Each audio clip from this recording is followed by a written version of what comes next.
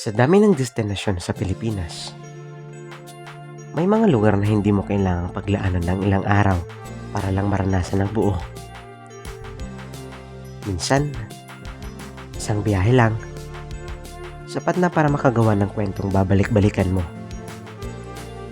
At minsan, hindi mo rin kailangan ng kasama para matuloy ang lakad.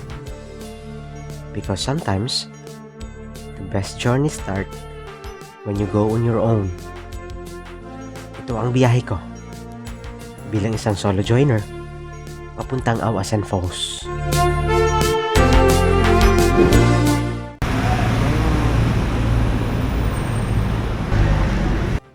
Sa Jollibee 13th Avenue, P2 Cubao, doon nagsimula ang lahat. Mag-isa akong dumating, tulad ng ibang solo joiners na tahimik lang din sa umpisa. May konting awkwardness, may konting hiyaan, pero ramdam mo na pare-pareho kayong may inaabangang adventure.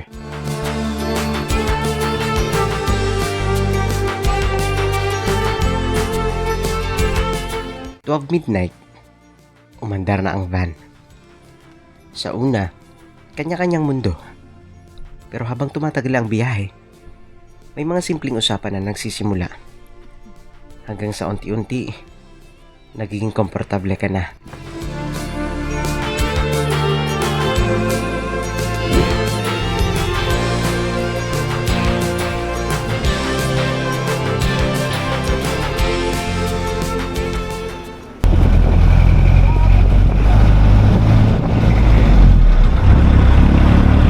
Pagdating ng 5:30 AM, dumating kami sa Namatingan, Rosario. Dito mo na mararamdaman na iba na. Hindi na ito basta road trip. Ito na yung part na kailangan mong kumilos, makisabay, magtiwala sa mga taong kakakilala mo pa lang. Sumakay kami ng jeep for almost an hour. Nandun yung hangin, tanawin, at konting kwentuhan sa mga bagong kakakilala. Pagdating namin doon, nagkaroon ng registration, then naghanap ng tour guide. At doon mo marerealize, kahit solo ka, hindi ka nag-iisa sa biyahe. Wala po lalabas sa amin. Sino po ang solo joiner din? Ako po.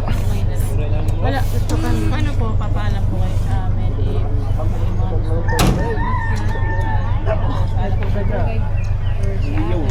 and then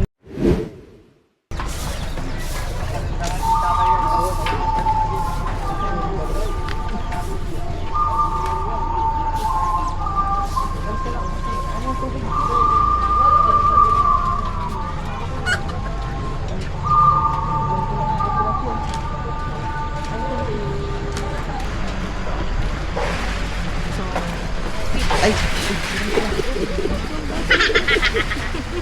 Ba't ka nag-slide? Padulas.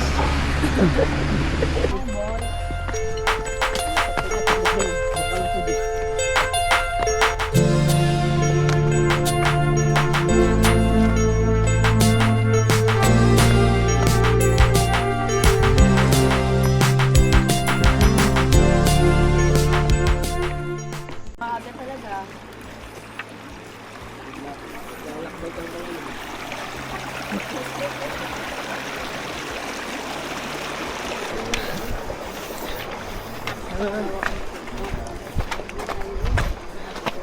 Pagod na ganyan niyo kayo. Lamig dito. Mag-remain kayo sa La Union mamaya. Hindi kayo sasabay na pag-uwi. Hindi. Hindi na. Magstay kayo sa La Union. Ayos yan, Sabado. See that? Ginagawa ko daw yan. Yan o.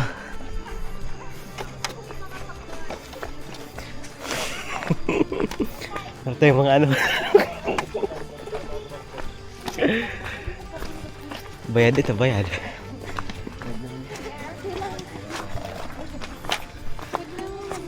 Tara, tara.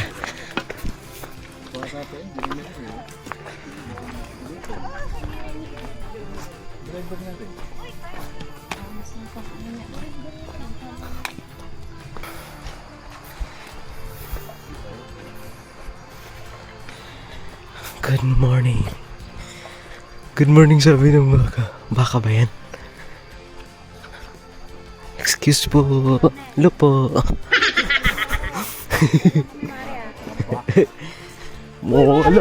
Alo. Nangahabol. Sige, Facebook kita.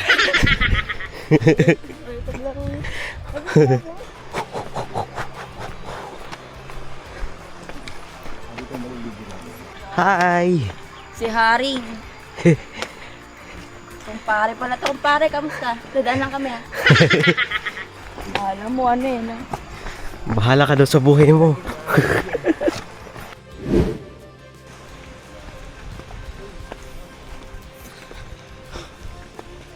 Ito na yon.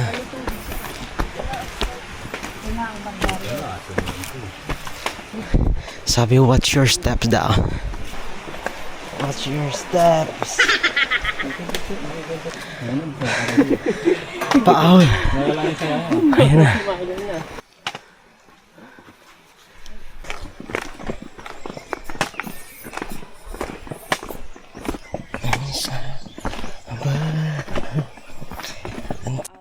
Then, start na ng trek. Mostly pababa. Kaya medyo relaxed pa. May cemented steps at railings, kaya safe kahit papano. Malamig ang hangin. Presko. Yung parang ang sarap lang maglakad ng walang iniisip. Tanaw na daw. Ang mukhang kulang ng tubig, oh. O, dito na lang daw kami. Wow! Ayan na. Parang wawadam. Nakapunta ka ng Wawadang? Sa Montalban yun, di ba? Nandiyan na siya. And finally, Awas and Foes. Sa unang tingin, mamapangiti ka na lang. Napakataas, napakalakas, at napakaganda. Parang may sariling mundo sa gitna ng bundok.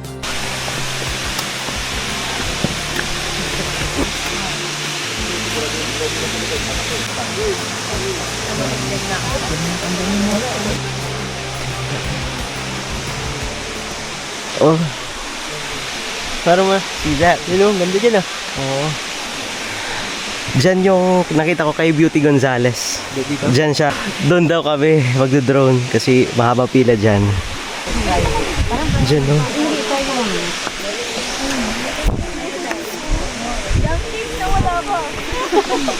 Haba ng pila. Dito kami. Para konti lang pila. Diyan. See that? Doon tayo. Agi. Antito pa. Ganda oh. Bilang isang solo joiner, ibi yung tama ng moment na to. Habang nakatayo ka sa harap ng falls, parang ikaw lang mag-isa, pero hindi ka nalulungkot. Instead, you feel present. Yung ingay ng tubig, parang nililinis yung isip mo. Yung lamig ng hangin, parang pinapabagal ka. Pinaparamdam sa'yo na hindi mo kailangang magmadali. You just stand there, taking it all in. Walang pressure makipagsabayan. Walang kailangang patunayan. Just you, the view, and the moment. At doon mo marerealize, minsan, kailangan mo talagang umalis mag-isa para mas makilala mo ang sarili mo. Baka hindi tayo makapag-carrot pick, ano? Kita niyo naman ang haba ng pila. Kita ka, kuha lang ako ng signal. May kahoy. Data yung kahoy? Ayan, tapat lang naman. 3, 2, 1, go!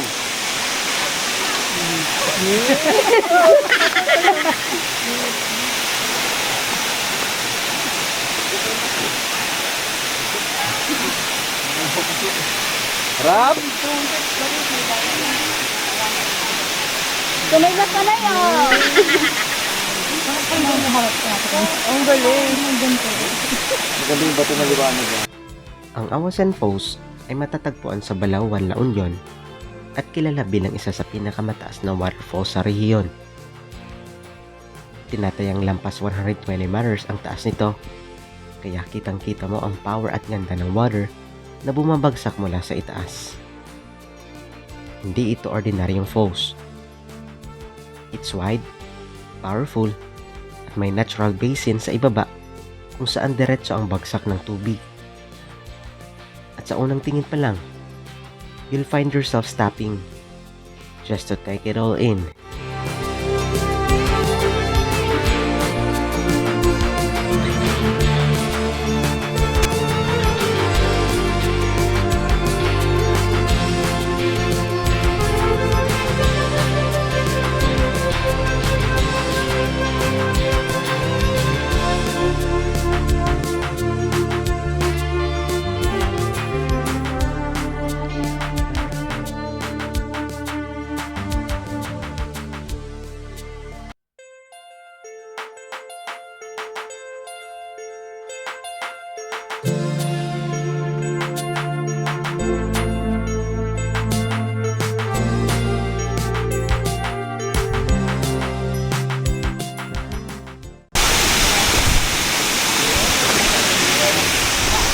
Ayan na, babalik na ako. Ayan si kuya, oh. Yan.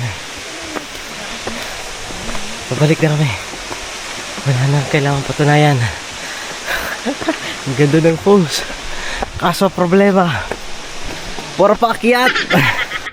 10 AM, sa mga oras na to, paakyat na kami. Dito na papasok ang totoong laban. Mainit na, pagod na, at lahat ng binaba mo kanina, kailangan mong akyatin. Nandiyan pa yung falls. Ibig sabihin, hanggat nadidinig pa yung falls at nakikita, malayo-layo pa ang aakyatin namin pabalik. Hi guys, so ito yung trail ng Oasen, no? Yung mga merienda dito, may mga mabibili kayo. Punta na kayo dito sa Oasen para sa merienda. Ayan. Book na kayo sa Lakbay Gabay. Opo. Chicken skin. Almost there. Tapos na. Matay na nga lang na nakahiga.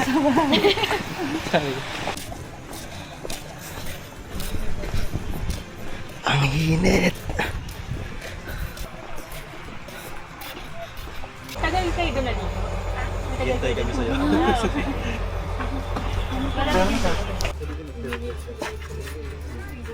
Lagay ko kasi.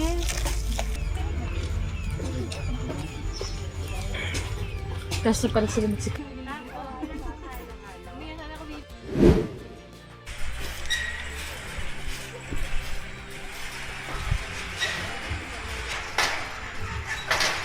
Hakuna Matata.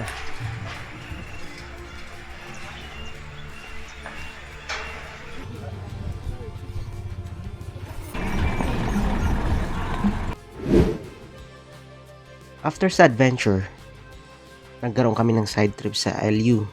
Mga 1:30 PM na to. At pumunta kami doon. Hindi na nakapag proper lunch, pero okay lang.